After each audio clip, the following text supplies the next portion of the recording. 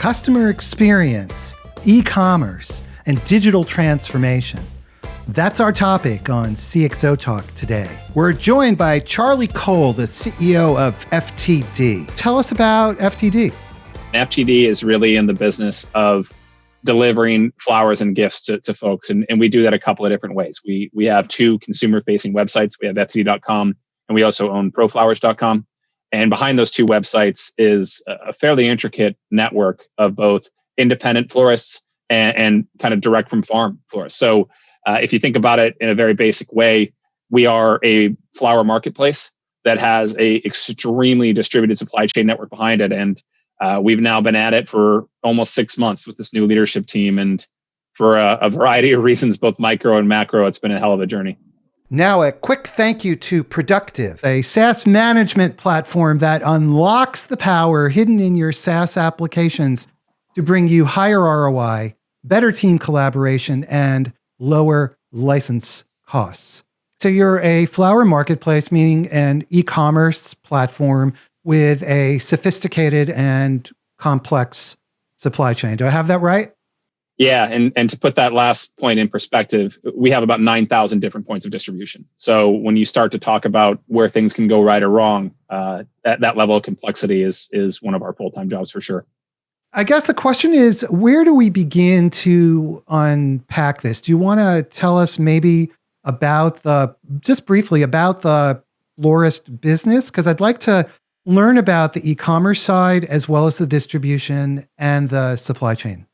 The best analogy I can give you, Michael, is it's not dissimilar to the transformation the travel industry has gone through.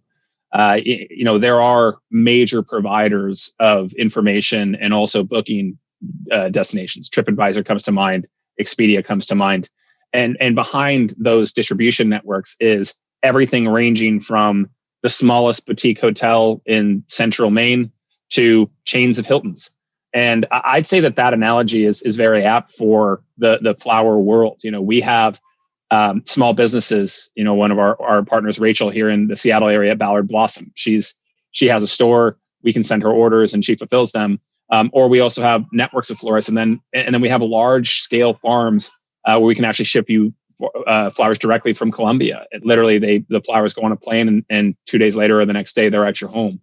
And so, when you think about the florist business, there's very many kind of flavors of florist, if you will. There is the small business independent operator, there are the chains, and then there are these large scale farm operations. And so for us, our number one kind of goal is to, regardless of where the flowers are coming from, you as the end consumer have the best possible experience you can possibly have. And I think that last point is important because before I was a part of the flower industry, I could have never appreciated this, but I think a lot of the large scale flower operations out there have either intentionally or unintentionally tried to commoditize the business. And I would argue that the flower business is about as opposite to a commodity as you can possibly get. There's that old expression, a rose is a rose is a rose, but it's not true when it's been in a box for 2 days. And all the intricacies that go into delivering the best possible flower on earth is sort of our North Star. So it's a fun industry to be a part of. The common thread is customer experience. That's kind of your reference point. 100%. And I think it'd be fair to say that wasn't always the case at FTD. And maybe that was one of the things that drove them through bankruptcy, to be perfectly candid. But since I have arrived, as I mentioned, I started on March 23rd, which coincidentally is the first day in the 110-year history where the entire company started working remotely due to COVID-19. So the circumstances have been just wild. But yeah, we are obsessed with customer experience. We are obsessed with trying to not fail ever on delivering an order. And when we do fail, make it right. And there's a lot in there that we can walk through, ranging from where we source the flowers to how we pack the flowers to how those flowers are represented online to how we communicate information to delivery. Because one of the potentially obvious, Michael, but maybe not if you don't think about it, idiosyncrasies is 9 times out of 10, the person who bought the flowers is not the person who received the flowers, right? We're in the gifting business. And so it's important to understand that you're kind of dealing with 2 different customer journeys. You're dealing with 2 different customer experiences. You're dealing with the experience of giving someone a gift, and you're dealing with the experience of receiving a gift. And it would make sense that when you have 2 experiences that it's just twice as hard. But I would argue it's more of a logarithmic effect, that it's more like 10 times as hard, because when you have those two divergent pathways that require two different messaging paths and have two different sets of expectations, it multiplies the complexity exponentially. Give us a glimpse into the kind of complexity, customer experience complexity that you're describing. You say it's logarithmically more difficult to deal with both the supply side and the delivery side and all the various aspects. Tell us why. I think the best place to start, Michael, is understanding the difference between the two types of orders we fulfill as it pertains to flowers.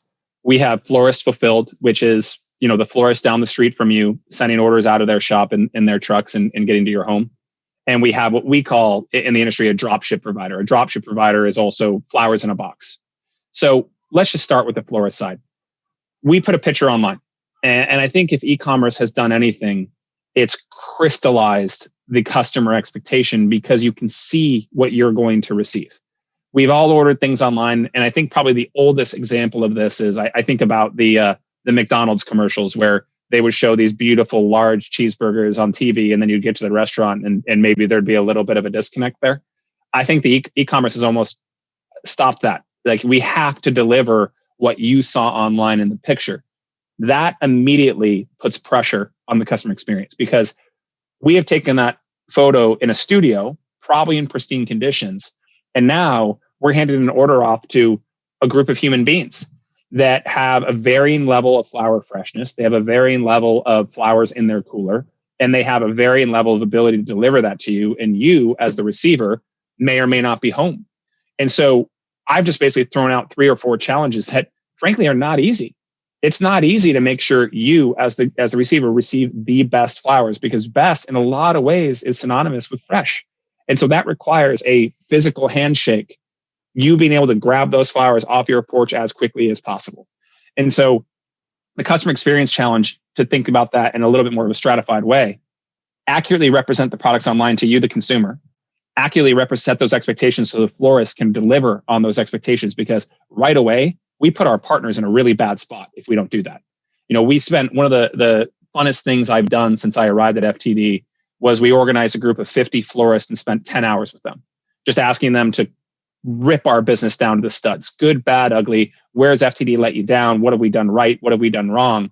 And one of the things that all of our florists have asked is like, look, we understand that you're on e-commerce. You got to make these pictures beautiful, but make them accurate. Like, set these customer expectations. Don't be the McDonald's cheeseburger that shows up flat and squished. Like, make you accurately represent these flowers. And to me, as a newcomer to the industry, that was just like, well, yeah, we have to do that. But I think that the larger flower providers online have been really letting florists down for the last 10 years. And that might sound like hyperbole, Michael. I mean it. Like, I think that there's been a disconnect between the expectation companies like us have set and then the pressure we put on our florists. And so we're acutely aware that customer means both things to us. It means not only the person giving, not only the person receiving, but our florist partners are our customers too. So we have to be fair across the board. I think we tend to think about e-commerce as the interaction point on the website, right? Where you browse and you see the photos as you were just describing. But in your case, it's so obviously clear that the enabler of that transaction is the sourcing of these perishable goods, and then the timely delivery of these perishable goods. So it's quite different from, say, I don't know, downloading games, right? So like pure selling suitcases, right? Like, it's just a different thing. I mean, and the thing, Michael, that just to ratchet up the intensity on why customer experience is such a passion point to us is, don't forget the surrounding emotion in the process. We deliver flowers for literally the most joyful events in people's lives: the birth of a child, a marriage, whatever it may be, an anniversary, and then the saddest events for a person's life, people passing away. And so when you bracket all of the idiosyncrasies of these customer experiences in the umbrella of the emotions involved, to me, it just ratchets up the stakes. And that's why I really think it's a Richter scale level of importance. It's not just like we have to match expectations. It's so, I think, almost it's almost cliche, Michael, at this point for an e-commerce person to come up here and talk about customer experience. But When you actually distill it down, it's a very different emotion, Michael, when I send you a suitcase versus when you're celebrating the birth of a child. It's just a different level of stakes. And we have to internalize that as a company. And one of the things I say quite a bit is take it personally. Like, take it personally. And we did something both because of need, but because of also, I think it was a good practice over the Mother's Day holiday, which all these experiences and complexities were ratcheted up by the realities of COVID-19. Every person in the FTD company, it doesn't matter if you're the CEO or a customer service agent, did a stint in customer service. And when you do that and you see what happens when you screw up a delivery, take it personally, right? And that's something that we're obsessing over and making a hell of a lot of improvements. But I won't lie to you, Michael, we still got a ways to go, right? And I think that continues to be the thing we chase and will always chase until we're perfect. We have a very interesting comment from Twitter, Arslan Khan, and I always say Arslan always gives us great questions. And Arslan, thank you so much for participating every week. So Arslan says that in the online world, there is no such thing as, quote, regular hours. And so how do you manage customer experience in that scenario? So the dimension now of this basically unbounded, we're not limited to an office or to hours. How do you manage that aspect of it? Ecom is a 24/7, 365, and this year 366 job, right? It's just the reality. Your store is always open. And I think there's a pragmatic answer and there's a bit more of a idealistic answer, and I'll give both.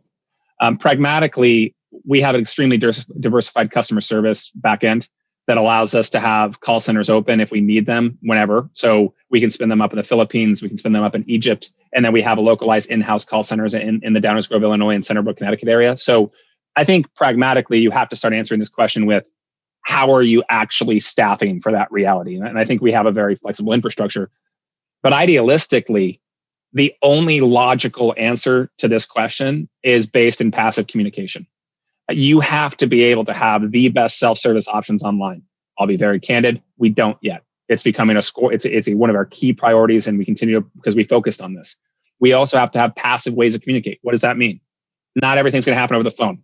It needs to be email. It needs to be WhatsApp. It needs to be Facebook Messenger. And we continue to move that way. So I think being self-critical, that reality posing the question, Michael, is something we're acutely aware of and we continue to strive for. But until we have the ability to basically meet customers where they want to talk to us, we're not there. And I think that we still have some work to do. And this was a focus we had at Toomey and Samsonite as well. So I think the question is another thing that we always have to keep in mind, because everybody talks to companies different ways these days. And we have another question from Twitter. You can see, Charlie, I try to emphasize the questions from Twitter because very often they're better than my questions. I love it. Tim Wilson says, it sounds like you have a lot to focus on.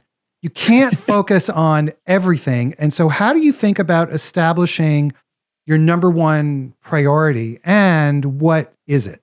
When I joined over the course of the first 2 months, I hired 4 other executives, and every once in a while we would catch ourselves really flustered because of this exact question, which is, I think if you asked the 8 leaders within FTD, and there's a lot more employees in the company that are equally important, but if you were to ask the 8 folks that frankly report to me, where are you going to be in 6 months? I think you'd get very similar answers. I really do. But the hardest part is what Tim is inferring here, which is the order of operations. So coming out of Mother's Day, we did a process where we basically, put what we're calling our strategic initiatives up on the wall and said, these are the 6 things we have to do to beat our competition. And this concept of customer experience, by the way, was bullet 1. And then when you do that sort of thing, that's really easy to say.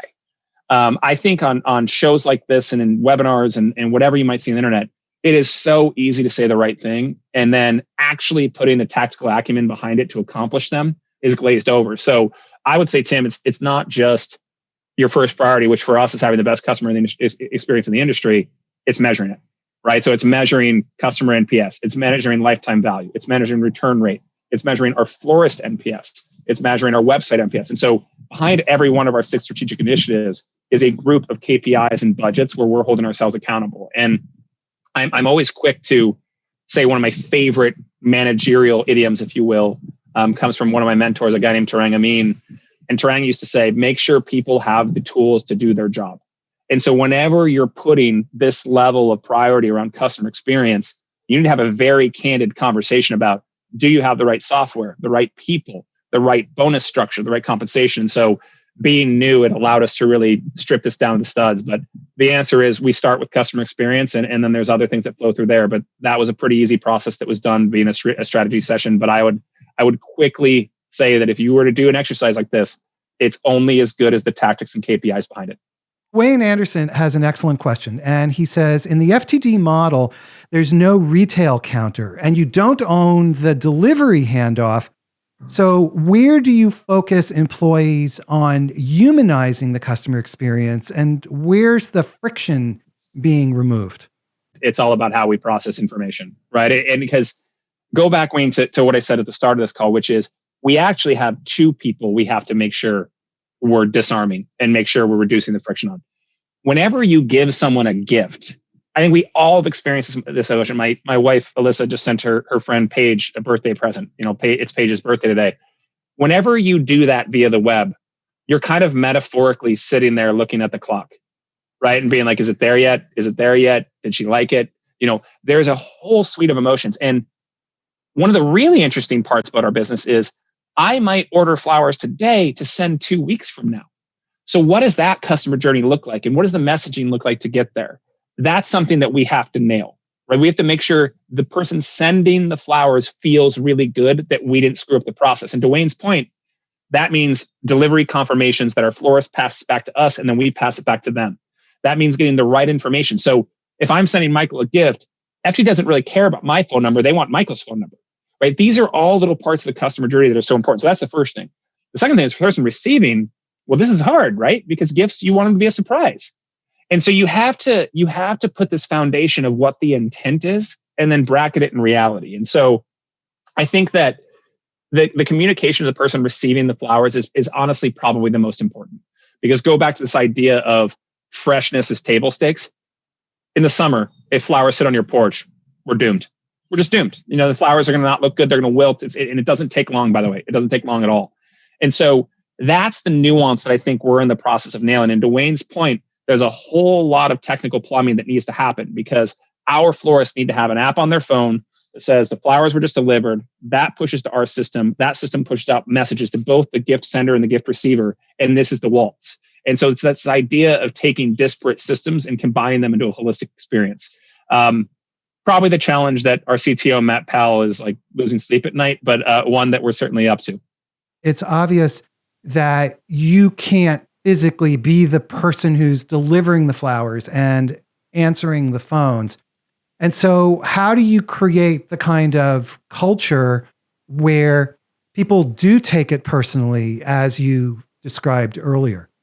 Delivering the best possible customer experience and making our internal corporate culture rally around that starts with our florists and growing partners, right? Because we are reliant on our partners like Vistaflora in Colombia to grow the best flowers on earth.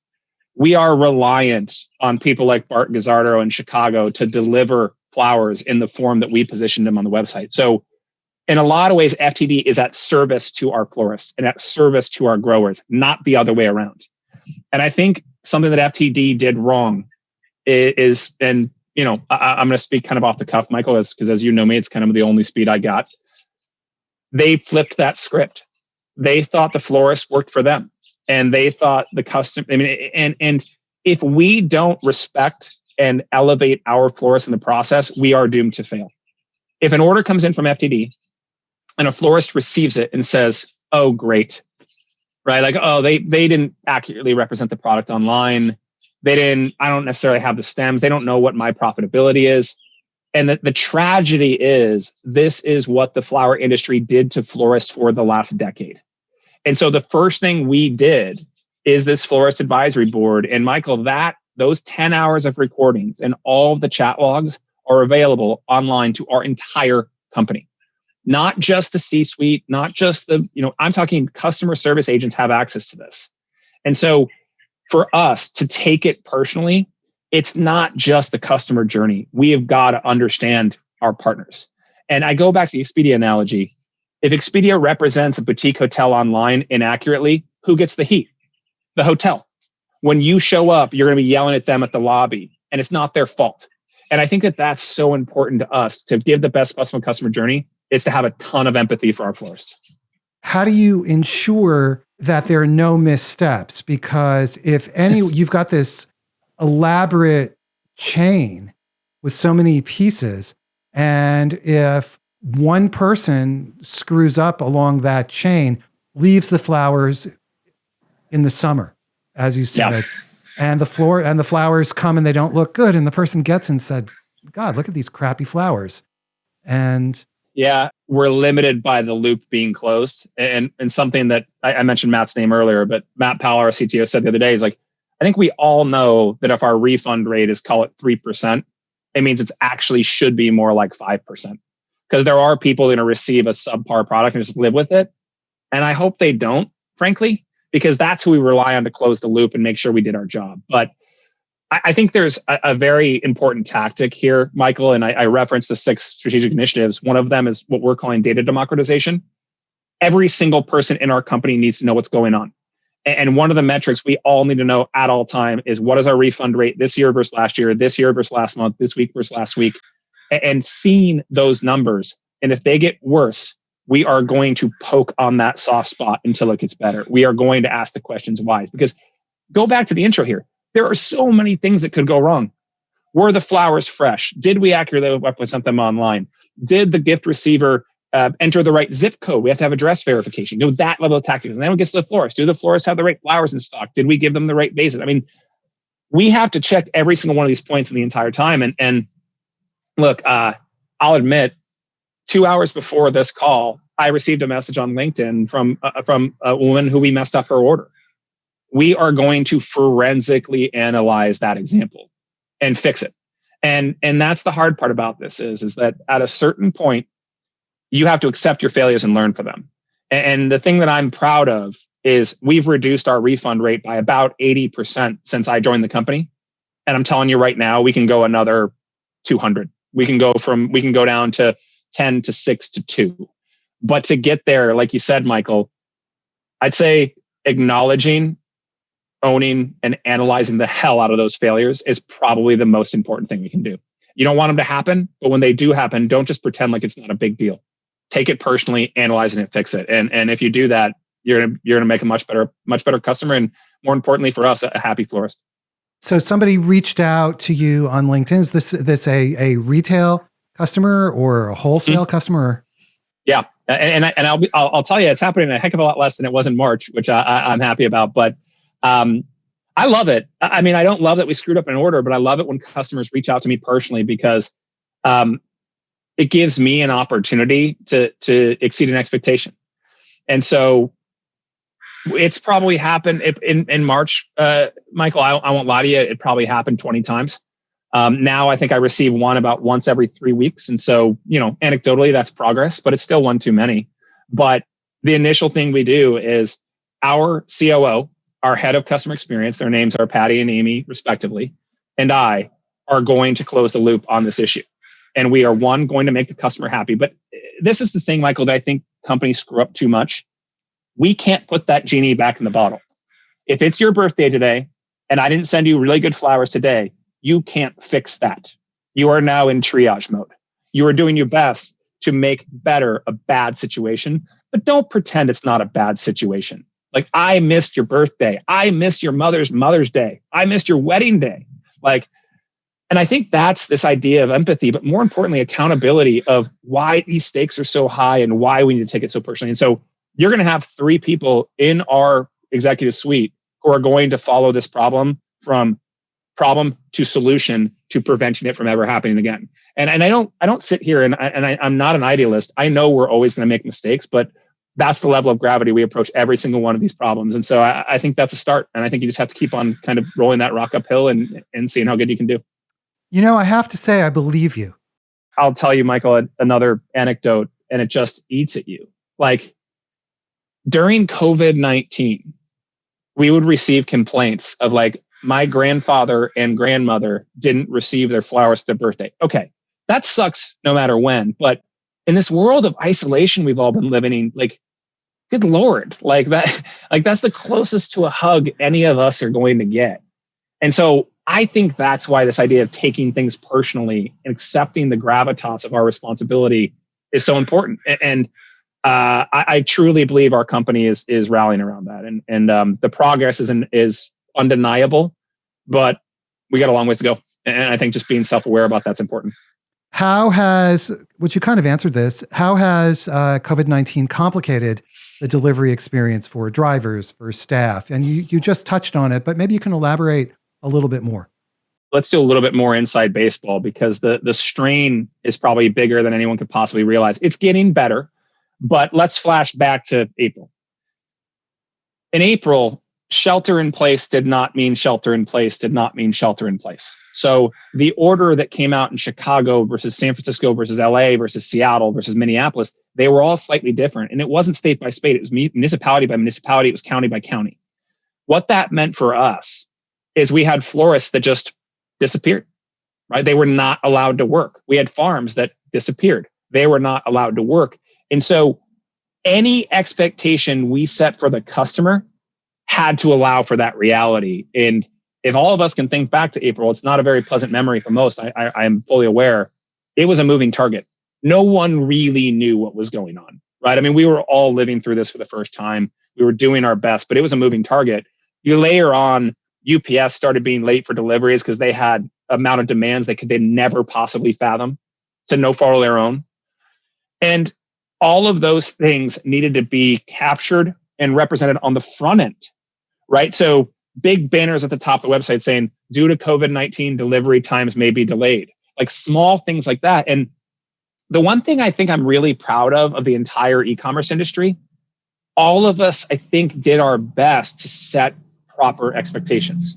That doesn't mean we always hit them, but I think we were all fairly vulnerable about it. And so the one for me, Michael, that crystallized the stakes was Mother's Day. Mother's Day was in the peak of COVID-19. And it is the number one flower gifting holiday for us every year.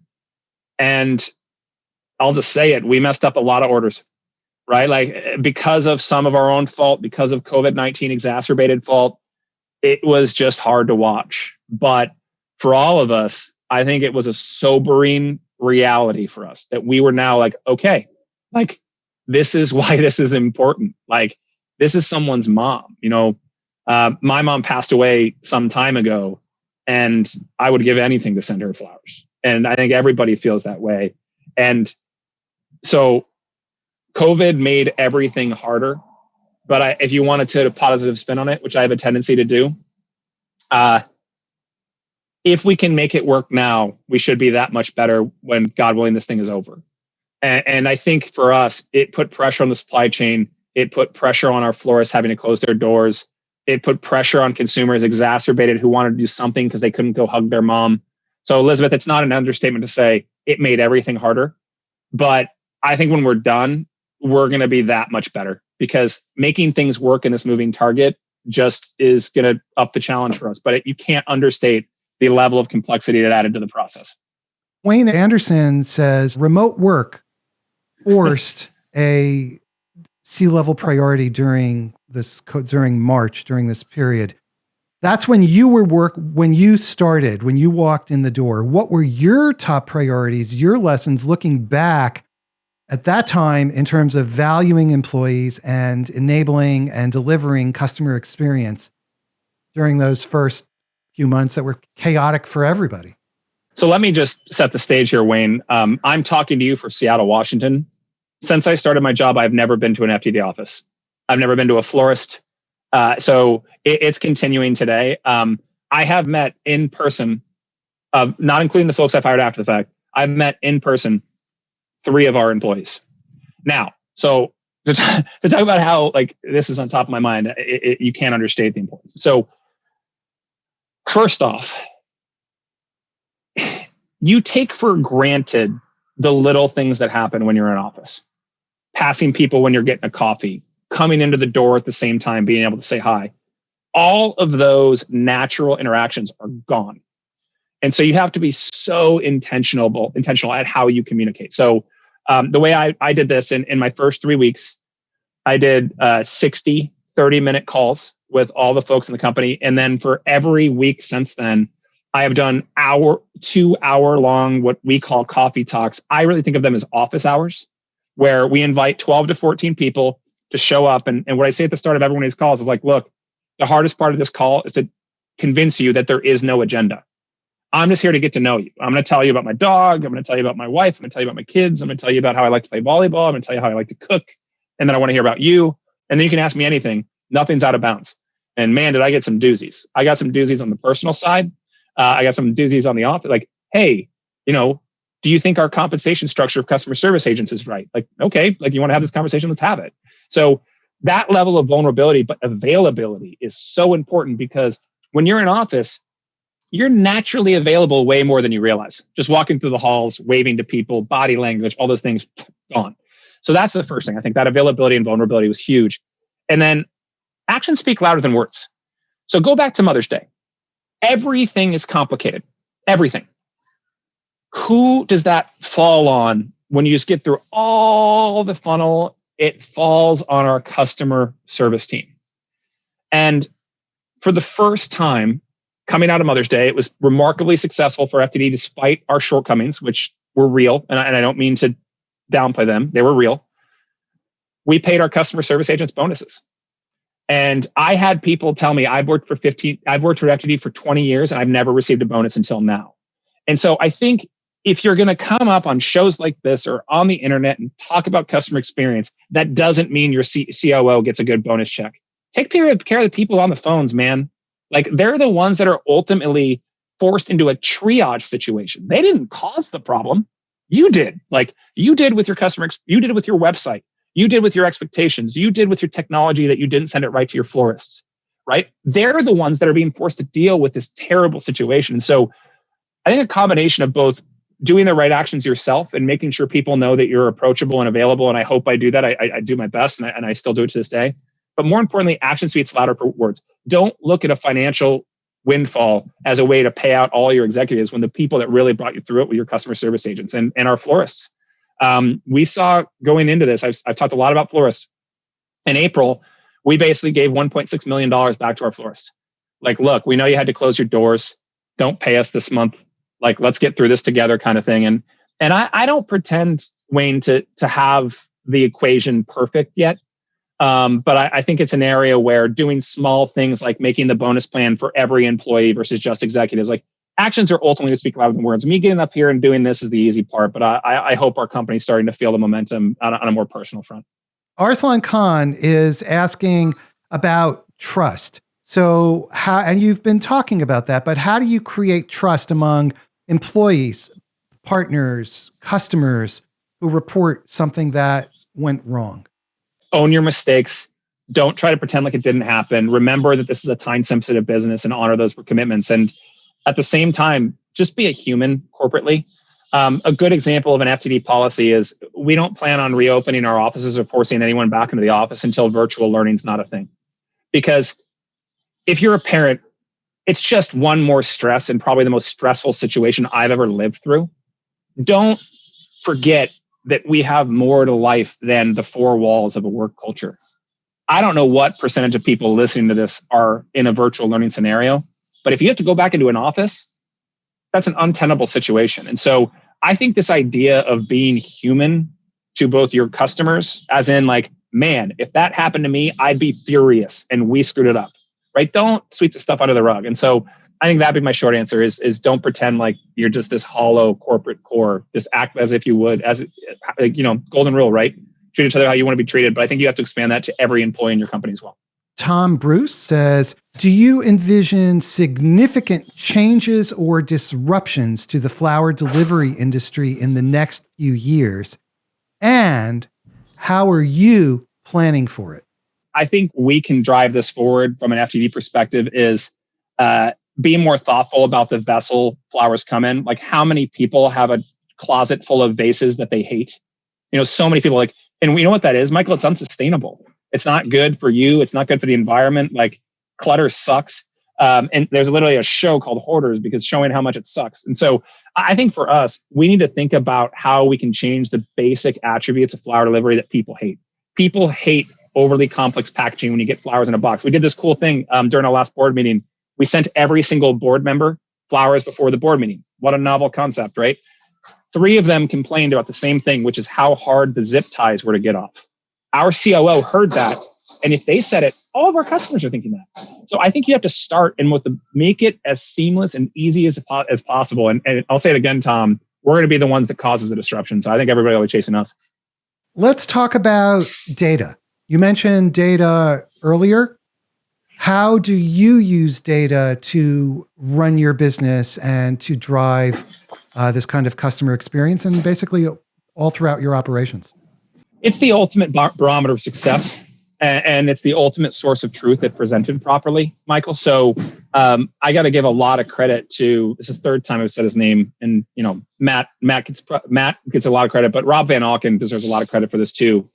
The first thing we did, Michael, was recreate a business dashboard. And I got to give another nod to Jim Lindquist, our company, which was giving ourselves actionable data to allow us to manage the business on an hour by hour level. Now, look, another perfect example of something that probably a lot of people say. When we got done, I heard from probably 50 people at FTD that were there before me saying, we've never had a tool like this. And it was just basically poking on the question, what are the numbers that truly matter? Like, what should we be optimizing to? It's not just profit. It's things like customer NPS. It's things like refund rate. It's things like florist NPS. Which one of our florists has an outsized customer satisfaction, which ones don't? Let's find those ones that don't and figure out why.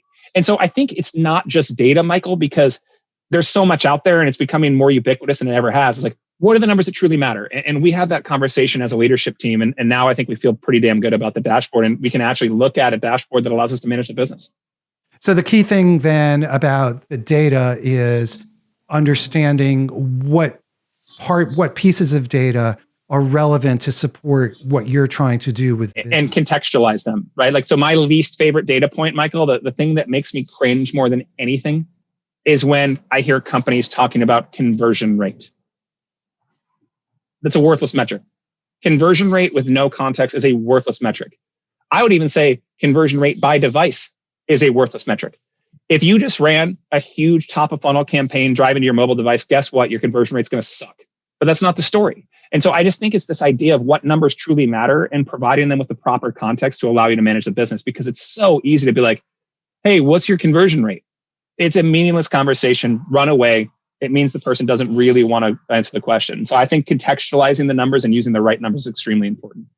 Obviously, that implies that you have a deep understanding of the business and the dynamics driving the business. Well, and that's why I think it's a really great point, Michael. When we made this dashboard, I didn't do it in a vacuum because I didn't know a damn thing about the flower industry, right? I relied on guys like Tom Muller that has been working with florists for 10 years. I relied on guys like Rob Van Auken. And I think that that's important, which is know what you don't know and ask questions to make sure you get to the right numbers, because far too often, it's been my experience, companies aren't looking at the right thing.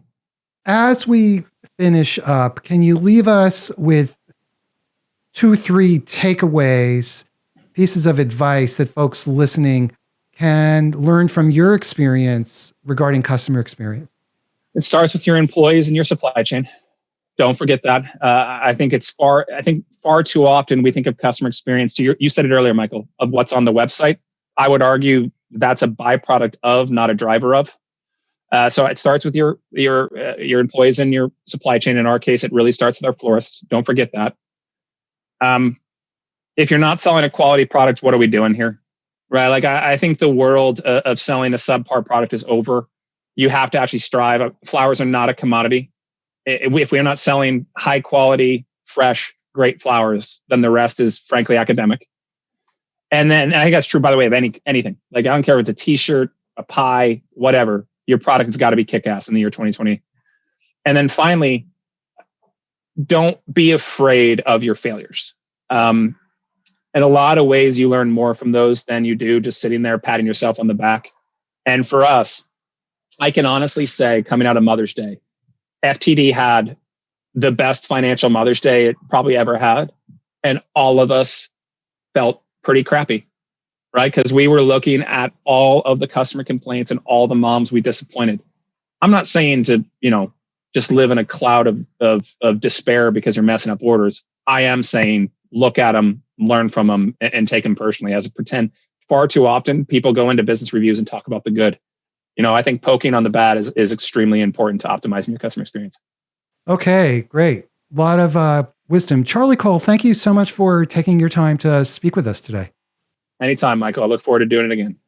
Everybody, we've been talking with Charlie Cole. He is the CEO of FTD.